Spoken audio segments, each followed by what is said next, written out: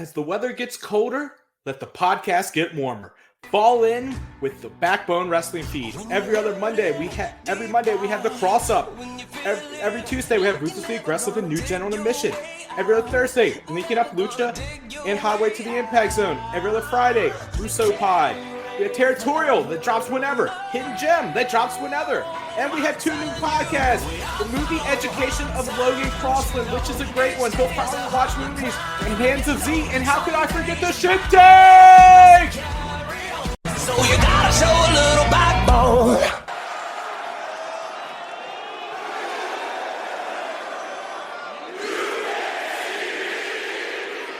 Gunther quickly back to his feet, and what a boot to the face of Cena. Just too much talk from John Cena. You've still got it, but is it enough to beat Gunther? Powerbomb! Stacked up by Gunther for the win. Cena kicks out. John Cena cut off Gunther on the top rope, and now John Cena with Gunther up top. Cena's going to try it again. John Cena with Gunther on his shoulders. Gunther high above the ring. John Cena with an avalanche FU to Gunther. Cover by Cena for the win. Gunther kicks out, damn it.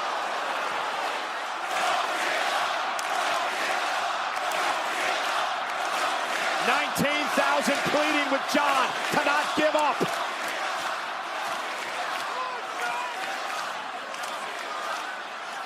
Any other man would have broken by now. It might be John Cena's turn to finally snap. Cena's arm is down once the future looks bleak for John Cena. The arm's down again. This one's over, ladies and gentlemen.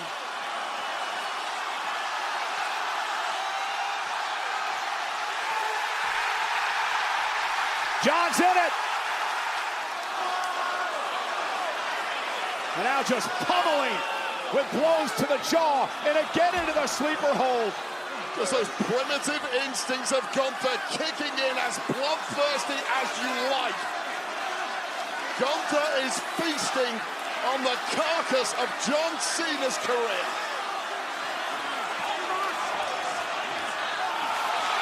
John Cena has tapped out. I'm smart, you're dumb. I'm big, you're little. I'm right, you're wrong. And there's nothing you can do about it. It doesn't matter what you think. Shit. You didn't say that. Tell me you did not just say that. There's nothing anyone can do, there's nothing anyone can say. There's little can be done right now to make this go away.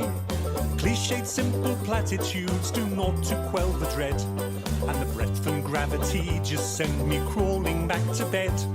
It's useless in this moment to say we'll get through this somehow.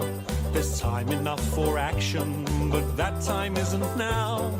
Soon we can start planning for what may come to be. But what I could really use right now is a bacon roll and a cup of tea. I don't need positive affirmations, I need to scream and bawl. The unrealistic expectations won't help with this at all. This is shit. Well, this is shit. I'm not expecting answers because they're out of your remit. I'm not looking for solutions, just for someone to admit that this is shit, this is shit, this is shit. You're trying to be... Backbone Wrestling Network.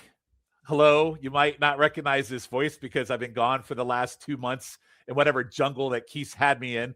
But welcome to number 37 of the Shit Take. I am your returning host, Shawn Kidd. And Keith, hello, my friend. I have missed you. Have you? I don't know. I thought I'd be nice at the beginning. I don't know. I mean, no, yes, hello. No, I have for sure. I have. Hello, Shawn. I have missed you as well.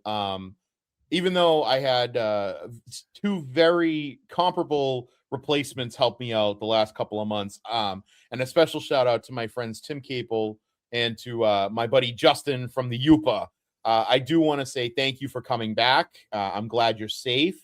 I had heard that you had been captured by Aborigines, but you were able to get off Australia out of the outback, and you were able to make it to New Zealand, where you were able to catch a flight back to America. So that's great. So congratulations, welcome back. Well, quite honestly, they were tired of me just like you are, and they told me to get the fuck out and go back to the States. That's what happened. Right. And then in the meantime, I'm listening to your pods and you shitting all over me about shitting on your stuff. I'm like, oh, I got to get back to this show. I can't let Keith get this freebie. You've had a free 2 months and a free ride. And by the way, yes, thank you so much to Tim and to Justin. They did a very good job. And I also thank you to you in all transparency for carrying that pod on, even though I wasn't on. So, well, I tried Hands of Z, but no one wanted to watch Larry Zbyszko matches with me. I mean, do you really blame them? I mean, let's be honest here. I mean, I think that's kind of a niche pod that, I don't know if anybody else could handle that whole thing. It would be it's a tough sell. It really is a tough sell, but I don't know. I mean, again, it is so odd that people actually enjoy it. But for some reason, yeah, I don't know. But people enjoy it. They just don't want to do the pod. It's okay to listen to it. No, everybody likes to listen to it. Nobody wants to do it. And damn it, people, don't you realize how painful that show is? It's kind of not that painful. I mean, no, it's not. What if Larry shows up to Parsippany? Yeah. So we'll talk about that when we record Hands of Z. Okay, we'll talk because we definitely have some new ones. We have new ones of those coming in January as well. So that is true. So happy to be back. And you and I did a lot of catch up before we even started recording tonight. So I do want to say though, Keith. Yeah. Listening to this shit takes. I listen to all the episodes, right? Yes. And I don't know how to chat with you. I've had an epiphany. About shit takes. Okay. Your shit takes aren't shit takes. They're like a normal, random Joe Bob opinion of wrestling. You don't have actual shit takes like I do. Like for me, I go through the juggler. Like I go out. Let's be honest. I have actual shit takes. That's just because I do. You don't have shit takes per se. Yours are more opinions. And that's what was interesting listening to your, even when you were sending me over, hey, I'm going to do this shit take. I'm like, Keith, that's not really a shit take. Do you have, I guess for me, it's I could shit on anything, but most of the time when I shit on it for this pod, it's really how I feel. Listen, I know I joke with you on Austin. I joke with you on Savage. Austin, I really do think in a Dangerous Alliance, he did suck that big bag of dick. That's true. But you don't have any shit takes. But I don't. But that's the point. Is that all right. Well, no. A couple of things. Number one, coming in hot. You are coming in hot. The reason why. All right. So first of all, the whole reason why this thing started is because, again, I have to go back to our conversation we had in Detroit about Ronnie Garvin and Larry Zbyszko. No, it was about the Road Warriors that really sprung it on us, though. Yeah, but I think you didn't disagree with me on that. It was the hate. It was the heat that you and I had with each other about Ronnie Garvin. And then, right. But, I was thinking back, and I don't even think you remember this, because it was when I first kind of joined in with you guys. And I said, so guys, a question for you. So the Intercontinental match at WrestleMania 3 is the greatest match of all time, right? And I remember you immediately were like, no. And then everybody else kind of shit on me, except for I think Criscola was the only one I think that didn't. And then, so it's I caught right away, I got a fucking flash of your brilliance with that bullshit. And then it proceeded to go down the road of Ronnie Garvin and then the Road Warriors. And then I'm trying to think what was the other thing that you said to me that was really fucking insulting. I can't remember. And I say insulting, it wasn't really insulting, but it was it was shocking. I can't remember what it was. But the bottom line is that I'm not a flaming asshole like you are. It's just... Okay, so but does having a take on things I don't think it's being a flaming asshole. I think it's you like what you like, and which is what you do. You like what you like, but I get shit for liking what I like, and I'm not called a flaming asshole by the guys doing a pod. No, but you also get shit for things you don't appreciate Booker T's contributions to the sport. There is 0.0 contribution from that fucking asshole, except for when he does the I like it when Trick Williams comes out. That is the only contribution to the whole sport of wrestling. Yeah. I like it. Your hatred on and it's funny because because your hatred of the Mania 3 match, you made your case, and I actually agree with you that Georgiano Steele takes a lot away from that match, you know. Yeah. But I mean, I don't know. I think the most insulting thing I think I saw or that I heard you say was when you told Honky Tonk Man that he was the greatest Intercontinental champion of all time. And I think that was just I had to draw the line. By the way, I think Honky Tonk Man's at Pacific. I think Of course he's gonna be there. He's at every fucking show. Miss a payday? How can I miss a payday? Like, I think in the history of this pod, the biggest shit take that you've had was the Heyman one. That's the one that really. But you know what's funny? Now I see it. Am I wrong? No, in current iteration, no. You're not. And the funny thing is that you gave me shit, and I think it might have been the time frame that I said, because it and I think I had said like it was when he was still with Brock Lesnar, and I'll maybe I have to change it a little bit and kind of bump it up a little bit. It really wasn't until he got with Roman Reigns, but like I told you, it's that weird, creepy fucking face that he makes where he just stares at them as if he wants to wax their fucking balls and like bronze their dick. It's just this odd, creepy fucking, and it's like, and I look back, and of course, like I said, I loved the Dangerous Alliance. When he's doing this stuff. Yes, I loved the Dangerous Alliance. I was a huge Paulie Dangerously fan. I was a huge Paul Heyman fan when he first came into like the WWE and everything. Like I love Paul Heyman. I do. I fucking played him in the friggin' Christmas play last year, and I was like, it was an honest to God, like loving rendition of him. But that creepy Paul is creepy Paul now, and it's bothersome. And I think the other thing too is that because he's managed Brock and he's managed Roman Reigns, and one guy is an undeniable monster, and the other one was the most pushed star of the last 2 decades. He gets this now tribute that he's the greatest manager of all time. And it's like, no, you're still not. You're still not. The Bobby Heenan is still the greatest manager of all time. And by the way, I agree with you on that. Yeah. And if I was to even pick a second greatest manager, I would even probably say like Jimmy Hart probably falls under that. Oh, fuck off on that one. You can get the fuck. You can go There's get a the shit fuck take. on that one. That's it. Yeah, fuck that Jimmy Hart. What are you gonna go with Captain Lou? No, I would go with Paul Heyman over any of those two. Okay. All right. Well, that's a good thing. So, but even given the fact that, you're right. That's probably the biggest shit take. I'm trying to think if there's any other big. I don't think there's ever really. No, listen. All kidding aside, I'm just messing with. Like for the most part, I guess for me, like the whole premise for me and how I look at shit takes is, what is the thing that is the most egregious thing I can think of that most wrestling fans would be like, he's fucking out of his mind. That's kind of how I try to go into things a little bit. I think with you, which I like, by the way, because I think it's debatable, because some of your takes I think are shit takes, but to common wrestling fans, they wouldn't be. You know what I mean? So that's what's interesting. Maybe moving into the new year, I'll try to start coming up with You don't have to. You don't have to, because I have to dig deep and everything. Because again, a lot of it too is that as we've fully established now, this is episode number 37. You have a endless bounty of shit takes. Oh, I have enough to go up at least episode 100 laid out. I got plenty. Yeah. And the thing is that I probably only had, I don't know, what, 4, 5.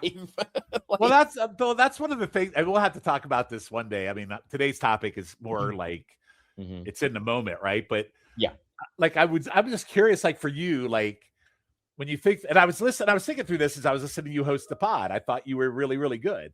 I was trying to figure out what is an egregious take that Keith would have that most fans would think is an absolute shit take, because I feel like I have an endless, just like shit pot full of them. And most people, I guess, don't. I don't know. Well, what do you think of? I had one, the first episode I did with Tim, where I said that like Owen Hart really is the best Hart. That's a little bit. I think that would be a good one where most people would say you're out of your mind. Yeah. Owen's but better you know than what? Brett. But you know what? But the thing is, I could see that point of view. Yeah. Well, like, I mean, there's other ones that I've had, which is, I there was one point in time where I felt that Marty Jannetty could have been bigger than Shawn Michaels if he didn't get into his own way, but he got in his own way. And that kind of thing. But that's what I think most fans would be like, like, so that's what I'm saying is I love your takes because when you bring them up, even if some wrestling fans would be like, oh yeah, right, that makes sense. Like your kids, who was it? I'm trying to remember who did the Ken Shamrock. Was that you? Or was that no? That was Justin did that. Okay, that was Justin. So I'm trying to figure out who did what. Like Ken Shamrock, I think most people would think that. Yeah, you know what I mean. Tim always has some. I love Tim's takes because Tim really does a whole like sermon and writes it out. It really does like a whole thought process around it and articulates it in a way, and he articulates it in a way where he's like giving a speech at a college. Sure. And that's why I love listening to him. And I'm like, God damn, I can't articulate shit like that. I wish I could. you know? Yeah. He's just got a way about how he does it. By the way, that was the other thing. I was super happy to hear Tim back on a wrestling pod. That's the other thing that made me happy. I was like, shit, maybe I should go way more often because I would love to hear more of Tim on wrestling pods. Tim, it's so funny. I'm dragging him kicking and screaming out of retirement. Like, because I always go to Tim basically, and I'm like, "Can you help me out with this?" And he always goes, yeah, sure, I guess I will." He won't say no to you.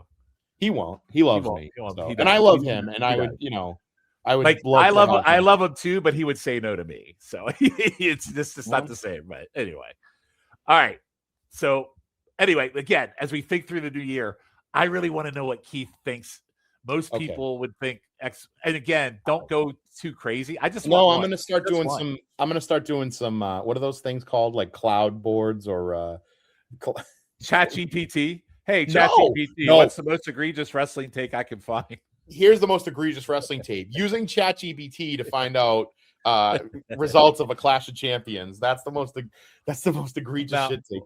I still use ChatGPT. I know, but do you know what I did the other day? Like, I did this with one of the clashes where as I was watching the match, I did like you did, and I was like speaking into my ChatGPT to give it and it still gave me this fucking stupid breakdown. Did it really? So I said, it's so funny. I just threw out my notes for when I did Clash 8. I literally had like 5 pages of notes, and I'm like just back to old school taking notes. I know you're shaking your head. Look, maybe it's just because I'm stupid and I can't figure it out, but I tried. It's not because you're stupid. So it's a way of life. You have to embrace these artificial. Yeah. Anyway, all right, Keith. Let's talk about today's topic. So why I've been gone, and I was talking to you about this. It's weird. Like, so I traveled a lot, right? And through the jungles, wherever I was at. I flew a lot. I traveled a lot. So in that downtime, I kind of try to pick up hobbies because I had to keep myself busy and off time because I didn't see my family that much. I wasn't home that much. Yeah. So I came up with 2 things. One, I've discovered the beauty of TV streaming this year. And I have watched over 85 shows this year. I've kept count. 85. Wow. 85. But the other thing I've discovered is I've kind of had a rejuvenated fandom for wrestling. I can't figure out why it is. But it's kind of like I'll talk about it a little bit with Cena's, and then my next shit take on our next episode kind of goes into that a little bit too. Whereas I see like most people still hate wrestling or still bad mouthing wrestling is kind of with our take tonight. Yeah. For you, I still try to figure out where you really stand because you don't really like. I don't know how much like wrestling you really watch, like modern day. I know you don't watch a whole lot of AEW. I don't think that's a whole nother conversation for our next pod. I don't even know where you fall in current day wrestling in your thoughts. So I thought it'd be a good conversation to start with and bring it up with John Cena. Oh. And so the thing that is interesting to me about John Cena. Okay. So I think when we went to the WrestleMania and you were there with me, he's like, okay, he's going to do this year-long run. And he turned heel, which, okay, everybody was all excited about. And then all of a sudden, Rock disappeared. That Travis Scott asshole disappeared. You get to WrestleMania, he's the heel. The match was utter and complete fucking shit. Like, we were so mad how garbage that match was, right? Mm-hmm. And then he starts on this heel run. And I don't think a lot of his matches were as bad. The one at WrestleMania was probably his worst to me. Like, it was bad. Yeah. But then he did okay with Randy Orton. People have their debate about the CM Punk match, right? I mean, some liked it, some didn't. But then he turned face out of the blue.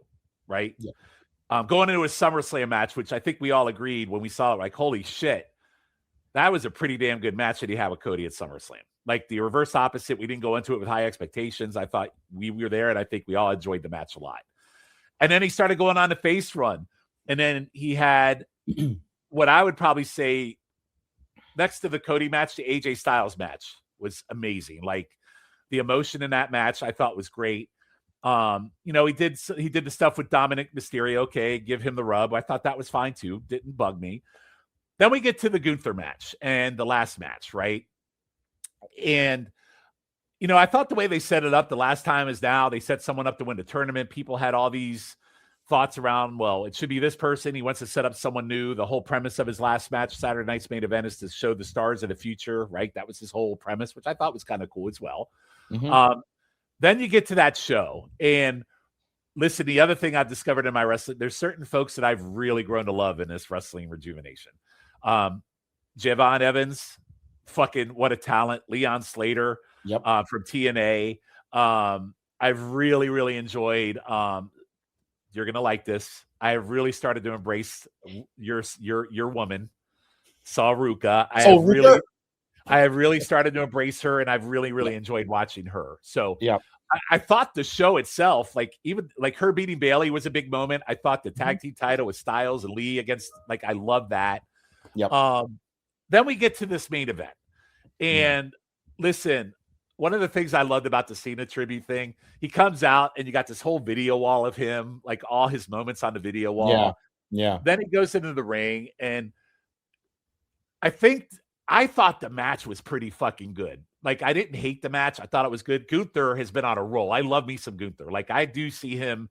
He could be another Brock Lesnar long term. Sure. He's just amazing. He's great. Sure.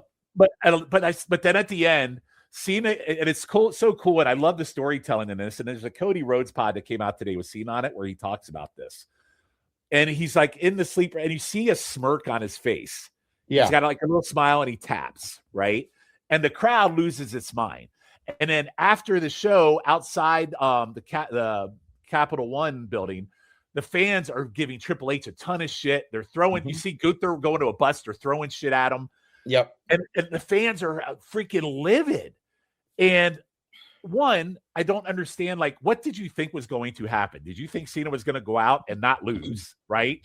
Mm-hmm. Two, the storytelling in that, and I saw a lot of people online talk about how it reminded them of Obi-Wan Kenobi before Vader struck him down. Oh, yeah. He had his little smirk. That was a cool. But on the pod today, which was cool, and I saw a little bit of it because I wanted to see it before we did this pod tonight to get his perspective on the match because I thought that would be kind of cool. Mm-hmm. He basically said, listen, the smirk on my face, I related to family members who are about, like, it was something around it, like, you know, people are coming to the end of life, or they're coming to the end of something. Okay. And you want to see them pass away in peace and happy. And he goes, that's kind of where my headspace was. And so I wanted to know that I'm okay with this. I'm settled with this. That last 5 minutes of that match, I'd come to peace of where I was at. And I didn't get to watch the rest of it. So I'm struggling in my mind, and this might be a shit take, but I thought that John Cena's last match was really good. Now, I can make an argument that his final run was shit overall, the whole heel run. I think ultimately the heel run failed, but I think it failed because of The Rock. And I think he also admitted that he did that for a moment that they wanted him to do at Elimination Chamber. And then the match with Cody was shit. And I think Cena wrestling as a heel ultimately was what the problem was. You get him into that face mode, you do go into Cena mode, you're good, but as a heel, he sucked. But I think some of the matches, like the Orton match, I don't think they were terrible, but I think his final run as a good guy, I freaking had a ball, and I watching it, and I enjoyed it. I absolutely enjoyed it. So my shit take, if there is one, I just think it's a debatable topic about Cena and why people were so fucking mad about his last match. Like, for me, it's about the last match. Why were people so fucking irate? So that's kind of where my headspace is. So, Keith, I know I went for a long time on that. I would love to hear your thoughts on Cena. All right. So I will tell you this. I saw something similar to you where it was like everybody was like, you wanted him to turn heel. He turned heel, and now you're mad at it. You wanted him to, retire. He retired, and you're mad at it. Like, you wanted him to put over a young talent. He put over a young talent, and you're mad at it. And then I also saw somebody where it was like Flair's last match, he lost.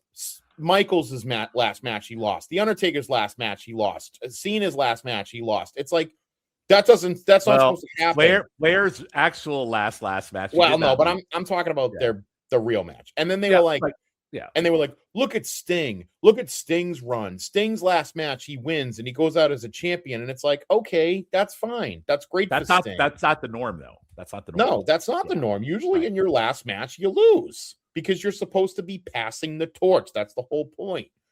And let me start though with the heel run. I think the biggest problem with the heel run, yes, is that The Rock left. Like The Rock left him high and dry for whatever reason. Obviously what was his name again? Travis Scott. Yeah, Travis Scott. Yeah. That was the dumbest part of WrestleMania. It was him coming down for 2 seconds, and like just the fact that The Rock didn't show up was fucking stupid. And it was like, and right away when that happened, I think collectively everybody was like, well, this is a failure because it's fucking dumb. Like, it almost should have been the next night on Raw. Cena should have come out and been like, you know what?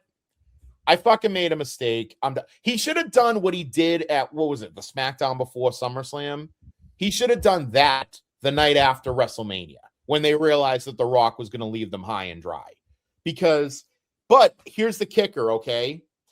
And I'll say this. When he came into the Rumble, he was kind of blown up. When he was in Elimination Chamber, he was kind of blowing up. And at WrestleMania, he was kind of blowing up. Like his stamina hadn't been back yet. Right. Okay. Right. And I think that maybe somewhere in his mindset, it's kind of like, it's like Austin when Austin changed his style of wrestling because he was hurt. It's like Cena can actually get away with not being in the best physical shape as a heel because he can resort to cheating and all that kind of shit. I didn't like that he was all of a sudden like every match seemed to end the same fucking way of like him getting the belt and doing some shenanigans. I thought that was just really, it wasn't like him, but he had kind of that CM Punk 2011 pipe bomb where he's like, I'm going to be the last champion. I'm the last true gunslinger. After me, it's done. Like there's no more wrestlers that are champions. They're all fucking entertainers. And I kind of liked that because it was different, but it felt real, you know? And for a guy that almost his entire career was designed around being the one that kids can always cheer and genuinely be a good guy. You know, because I don't think Cena, I know there was people that said like Cena held them back and he kind of played politics and whatnot. Every fucking wrestler does. Right. And I think there's so many other wrestlers that go, if you know, like Flair said it, he's like, if you're not trying to screw the guy that's the number 2 guy on the roster, you're going to be the number 2 guy on the roster. So like, I don't blame Cena for doing that in his past, but like the last decade of John Cena, he hasn't been that guy. He's been the guy that goes out there, puts over talent, is there for the show and does the job that he's supposed to do. And I credit him for that. I can't believe I'm a fucking John Cena mark now in the last year of his career. I couldn't stand the guy for almost the entirety of his run. And that's just because I don't like those white meat baby faces. I just don't. But you know, it's funny. It's the same thing for me. I have never been a big John Cena guy. Like No. I've never been what I do. I think he could go in. I mean, listen, let's be honest. You could kind of compare him to Bret Hart. He really has. Listen, I love Bret Hart. It's 5 moves of doom. They have their 5 moves of doom, right? Yep. 5 moves of doom. But I really enjoyed the back half of his run. Lot. Now again, I think his match with R-Truth was great. I thought the story was great. I thought the match was very good. It deserved to be on a Saturday night's main event, and I think that was exactly where it needed to be. I even liked the Lesnar match, and people shit all over that. Well, yes, and I'll get to that. But like he had the match with Cody and Jey Uso against him and Logan Paul at Money in the Bank. That was okay. It was all right, you know. I mean, I think Cody and Jey Uso Jey Uso was riding high at that point. That was before the downfall of Jey Uso, I feel like. Yeah, but peace out, Jey Uso. Right. His match against CM Punk was really good. That's the one, the Night of Champions. His match against, and then obviously we get to the SummerSlam match, which was that might be match of the year, in my opinion. It's hard for me because I go between him and AJ on that one. The AJ match for me was amazing.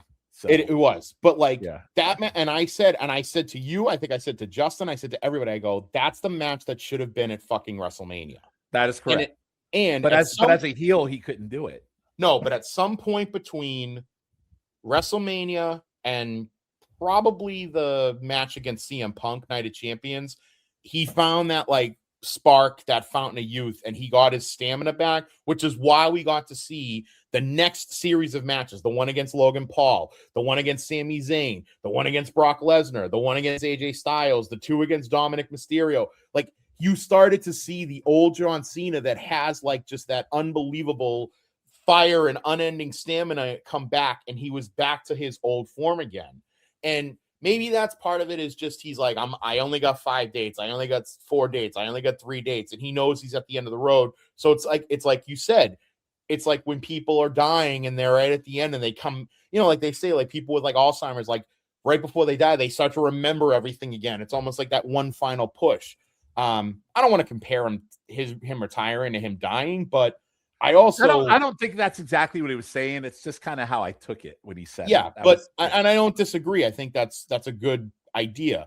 I also I looked at that match against Gunther and I kind of loved the ending, actually.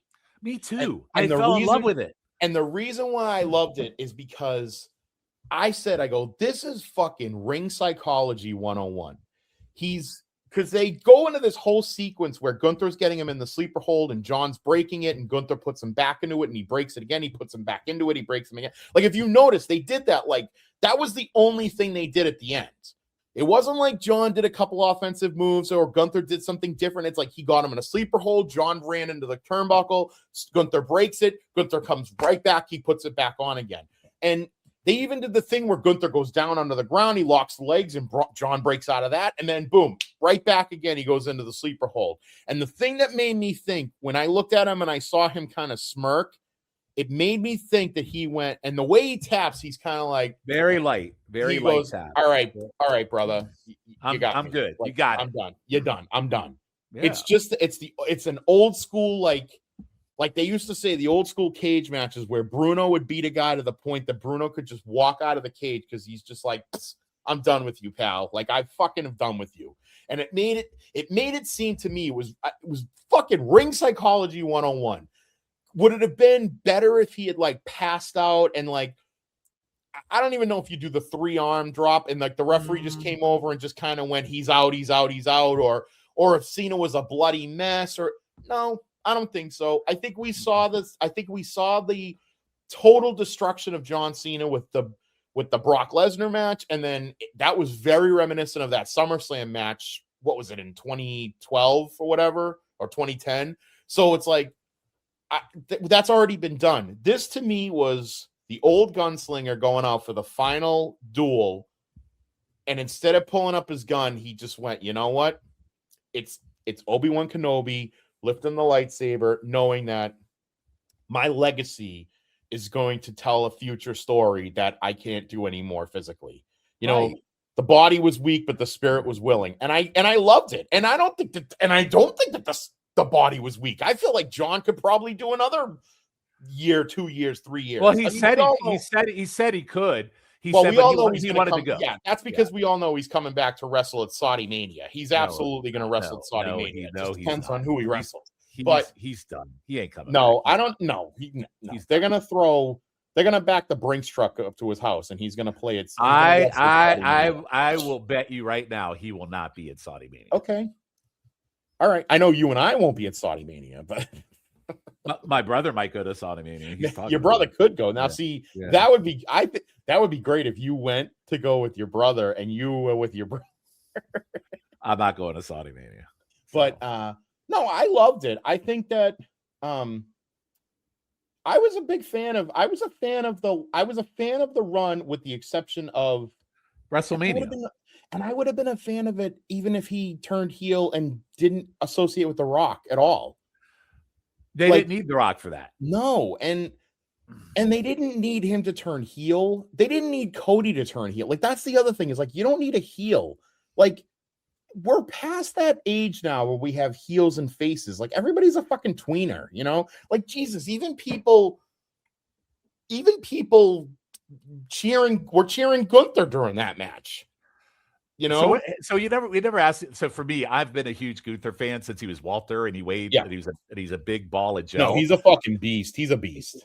He is. So, like, think about what it did for him. Like, I don't think people are missing a boat there. He retired fucking Goldberg and Cena in the same year. I will say this: when I went to Justin's house for Survivor Series, we had a conversation before, like, everybody came, and I was talking about, I don't know what's going to happen. It's probably going to be Gunther. And I even said, I was like, I'm a little disappointed that they didn't have more unknown names. And I say unknown, meaning just like it could have been anybody. It could have been Zack Ryder. It's not the guy. Right. Or Dolph Ziggler, not the guy. Well, I was really disappointed that it was Dolph Ziggler, Zack Ryder, and 2 fucking Miz matches. I was like, that kind of pissed me off. And I was like, and the only other person besides Gunther that I think I would have genuinely been jazzed about would have been Sheamus, because I think it would have been fun to have Sheamus beat him for the Intercontinental title. Except he did a 6-man with Sheamus as his partner, right? Yeah.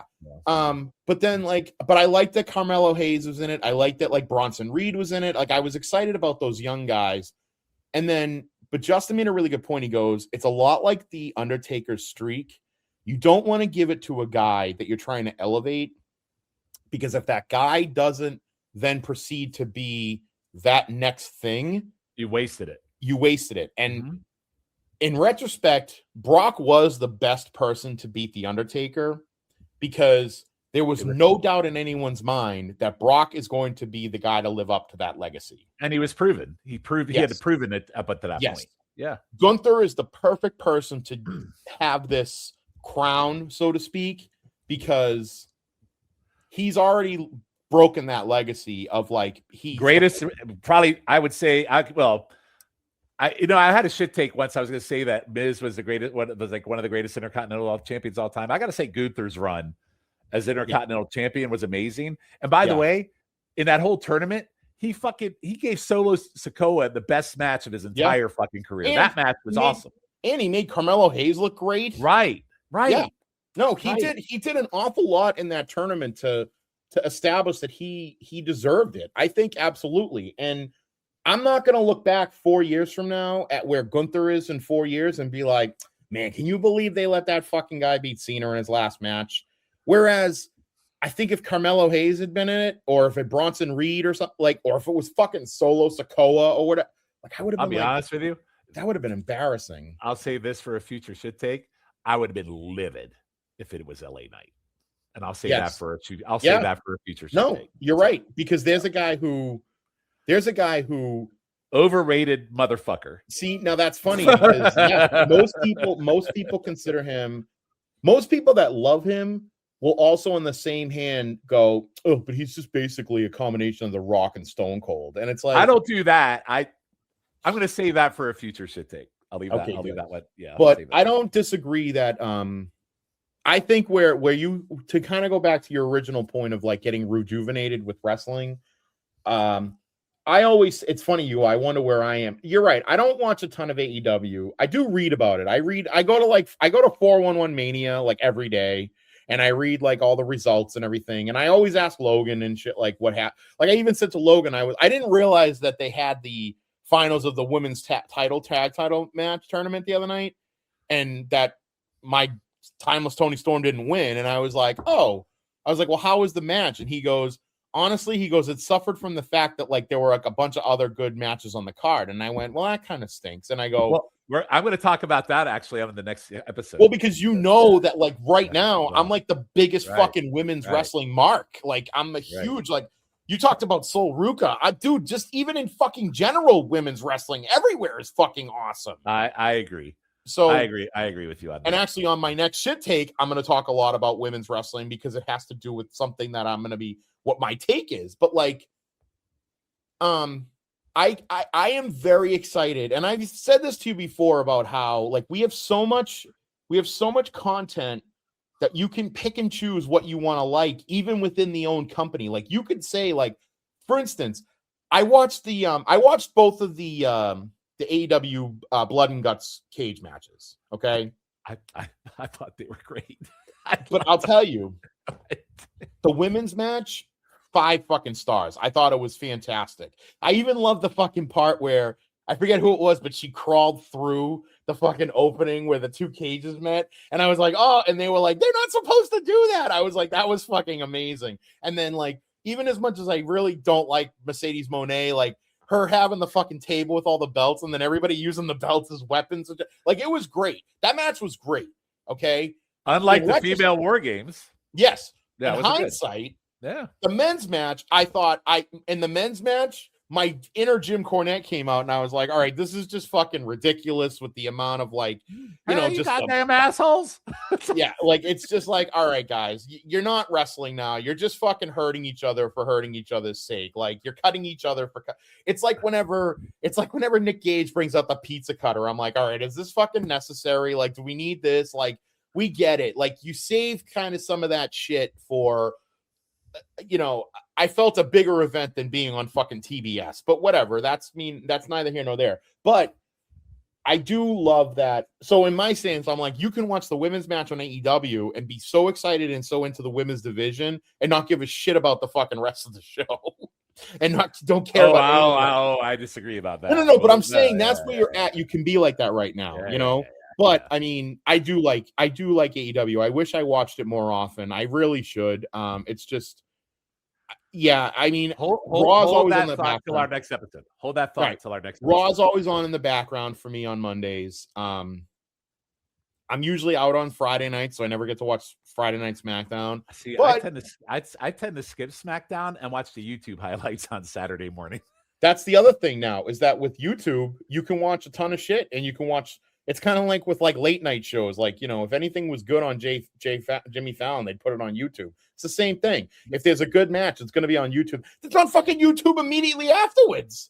That's what I like. That's what I like about the highlights. Like if it's a good match or it's a segment I want to watch, all I got to do is watch the YouTube, and then I can go back and watch the full thing if I like it. Or I think they literally put all the friggin' Saturday Night Main Event matches on YouTube like the same day. It was just like you went on, you had to find them separately.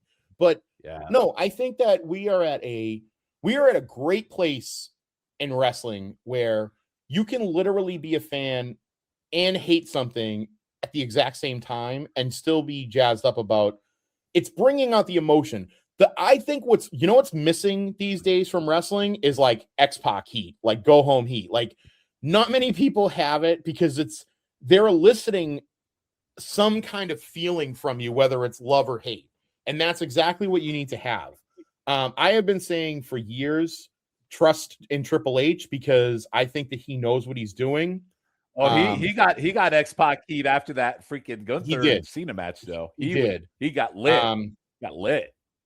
I think maybe but I think also the biggest thing with him, and I'm still going to be, as much as I don't want to defend him because I know there's some other things that I won't talk about that he is kind of involved with that just kind of is irritating. But I think a lot of what he's had negatively foisted upon him is not, I don't think, necessarily his fault. I think, and I look at that because of the history of him when he ran NXT and when Vince was still around. And I think Vince really listened to him and he was in, I think it's a lot of things change when you start to go very, very public as a company and you start to like diversify and I know that like that's the big thing with that's like going back to like the thing with the Travis Scott and having like The Rock being involved and all that whole mishigas.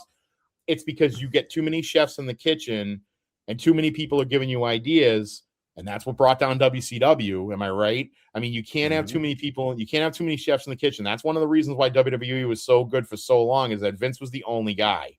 But eventually Vince needed to go out to pasture because he had gone past his sell-by date. And I think if you just leave Triple H alone, the show is going to do well. You're going to be excited and you're going to get to see some good quality shit. But everyone's going to... Wrestling is just like comic books, man. Everybody that's a fan... I always say it, like, no one hates Star Wars more than true Star Wars fans. And it's the same exact thing with wrestling. Nobody hates wrestling more than a diehard wrestling fan. No, I know. And again, I mean, I know we could keep debating this, but I legit in my mind could not figure out how people like online, social media, Twitter, or whatever. I could legit not figure out why people hated that Cena match so fucking much. It was crazy to me. People wanted it literally changed on the fly. Like they wanted people mid-match to be like, oh, we're going to put Cena over because he's going to go on for another year. Like, no, he wanted to fucking, this was it. This was this is what he wanted. That's what he wanted. That right, he wanted that. That's exactly what he wanted. So that's what stirred my thought today. Is like, listen, I could get people being angry about things and upset, and I get it to some degree. This one for me just blew my mind, like how upset that the crowd was. It's for some reason it stuck with me. I'm like, really? And this is what we've come to. You can, and you can disagree and think that people can disagree and think you and I are fucking horses' asses, and that's great. But I don't know what other scenario. I don't know what other scenario would have happened other than just him winning, which again is another one of those like, it's like the guy going in first in the Rumble, winning the Rumble, and then losing the fucking match at Mania. Oh wait, that did happen. That was fucking Cody. Like, it's so dumb. It's like you do this whole thing where you go through this treacherous journey to get to that level, and then you just fucking lose, and you get like what? Like, oh, well, John and Gunther put up a good fight against Cena, but fucking Cena, this old man, is gonna lose. No, it was almost a foregone conclusion. It's kind of like it's like I say with the Rumble, like, you got to take the world title shot out of it because it should be a foregone conclusion. And if a guy wins the fucking Royal Rumble, he's going to win the match at WrestleMania. Right. There was no reason for John Cena to win that match. And the ending was perfect. Fucking end of story. End of it. Send your postcards to me if you want to fucking bitch about it. I think him smiling, doing the fucking weak tap, and it wasn't like a I'm done tap. It was the, all right, buddy, you got me. I'm done. Okay. Well, it's just fascinating. I can't. Anyway, it's just bugging the shit out of me, and I don't know why. Fascinating. It was just that good, and nobody liked it. I don't get it. I love that it's like one thing you do like. No, there's a lot I do like. Really. No, it's literally like one of the 4 things that I've known you to fucking like nowadays. Like, you don't fucking like anything. That's not a fair statement. I said 4. There's like 4 things that I think. What are the other 3? You like that fucking E. Pluberus show? I haven't watched beyond the first episode, but yeah. Oh wait, no. What was the other thing you said you liked the other day? Very rarely is there anything that anybody says on our chat groups, and you're like, oh, I like that. Where I don't shit on it, right? Usually. Oh man, I saw. Oh, the Superman movie. You fucking hated that. Oh, God. That movie's so fucking bad. Still to this day, it's god-awful piece of shit. What was another thing that, like, everybody liked and you were... it's fucking terrible.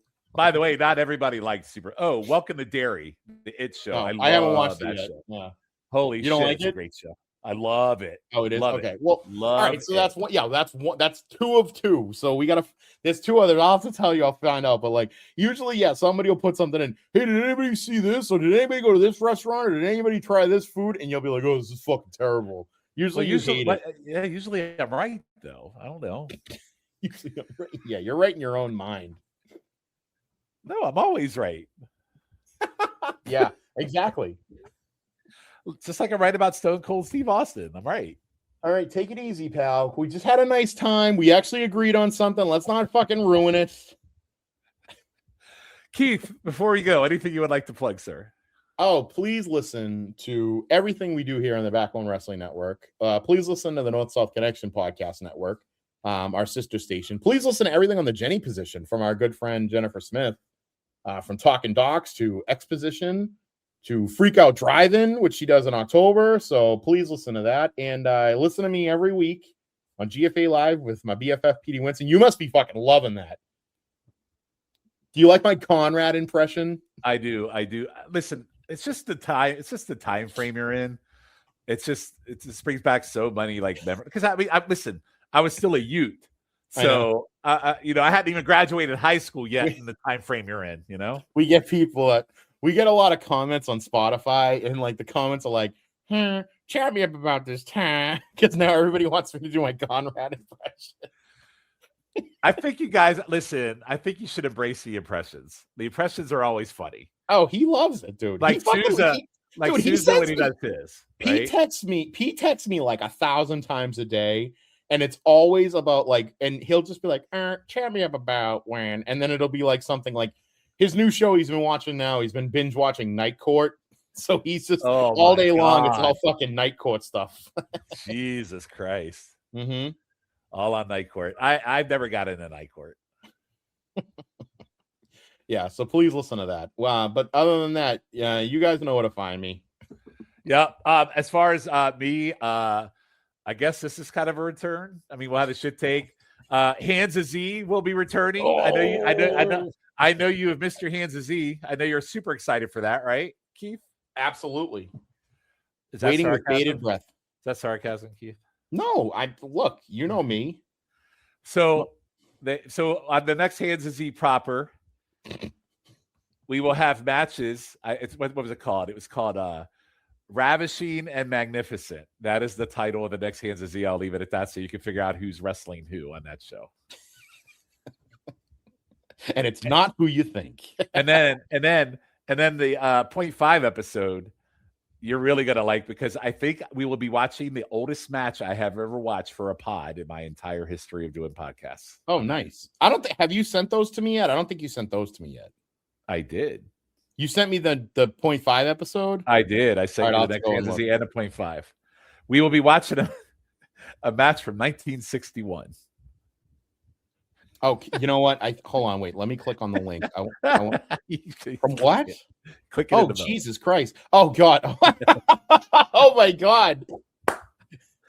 Tell me how great that one is. The YouTube says in color. Look at the title of the pod, though. I know. Yeah. How great is that? That's awesome. But I love it says in color. Listen, I can never get anybody to watch like older matches with me on a pod because the freaking people on the backbone are all a bunch of freaking millennial motherfuckers. You know, you can always count on me, man. Oh no, I figure I'll break the seal and see. Okay, let's see if Keith will watch a match from 1961. This sucks because if based off of the first match, if we go down that road, I'm gonna be. Hey, look how long that match is before you. Oh, damn it. Well, then the other one is that the other one, what was it? Ravishing and Magnificent. I have on my YouTube. I watched half of the Magnificent match. You can't go wrong with the Magnificent. He's not eating a sandwich though in the middle of the match. That's the only thing that sucks. So anyway, sneak peek there. Ravishing and Magnificent on the next Hands of Z. So excellent. There should be fun watches. Anyway. So Keith, thank you. It's happy to be back. I did miss you. All kidding aside, I did miss you. I think you missed me. I can't tell, but I think 1,000%, of course, and that's genuine. I told you that. I told you. We didn't even talk about the Christmas gifts. No, that'll be on our next episode of what is this show again? Oh yeah, shit. No, this but the Christmas will be over by the time we get this. I know, so we can talk about it on that. Well, do you want to talk about it now? We got, or do you want to wait? Save it. We can wait. They know we pre-record this shit. It's fine. That's true. Yeah. Anyway, all right. So, guys, listen to everything on the backbone. Happy to all of you listen to us, and Keith gave the plugs and everything else. So until then, we will see you on the next episode, number 37 of the Shit Take.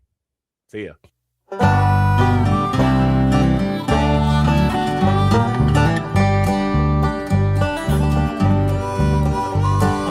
I'm right and you're wrong, that's the name of this here song. This discussion's gone on way too long. I'm right and you're wrong. They say there's two sides to every scrum. My side's right and your side's dumb. That's the general rule of thumb. I'm right and you're wrong. If I'm right and you're wrong, I guess this can't be a sing-along. 'Cause you'd sing I'm right and that'd be wrong, 'cause I'm right and you're wrong. I'm right and you're wrong, that's the name of this here song. Dang, you sure are headstrong. I'm right and you're wrong. We can agree to disagree on things you're just too blind to see. Else you just agree with me, 'cause I'm right and you're wrong. Please don't cloud the issue with facts. Let's just stick to personal attacks till there ain't no turning back. 'Cause I'm right and you're wrong. I'm right and you're wrong, that's the name of this here song. Civil discourse just don't belong. I'm right and you're wrong. What's that you say? Maybe we should listen. Maybe there's things we've both been missing. Heck, we could wind up hugging and kissing if no one's right or wrong. All this talking's gone on way too long. There ain't gonna be no brand new dawn, 'cause you're an idiot and I'm King Kong. I'm right and you're wrong. I'm right and you're wrong, that's the name of this here song. It turns out all along I was right and you're wrong. I'm right and you're wrong, that's the name of this here song. This whole thing's gone on way too long. I'm right and you're wrong. Yeah, the world ain't flat, it's just oblong. I'm right and you're wrong. And you're ugly too.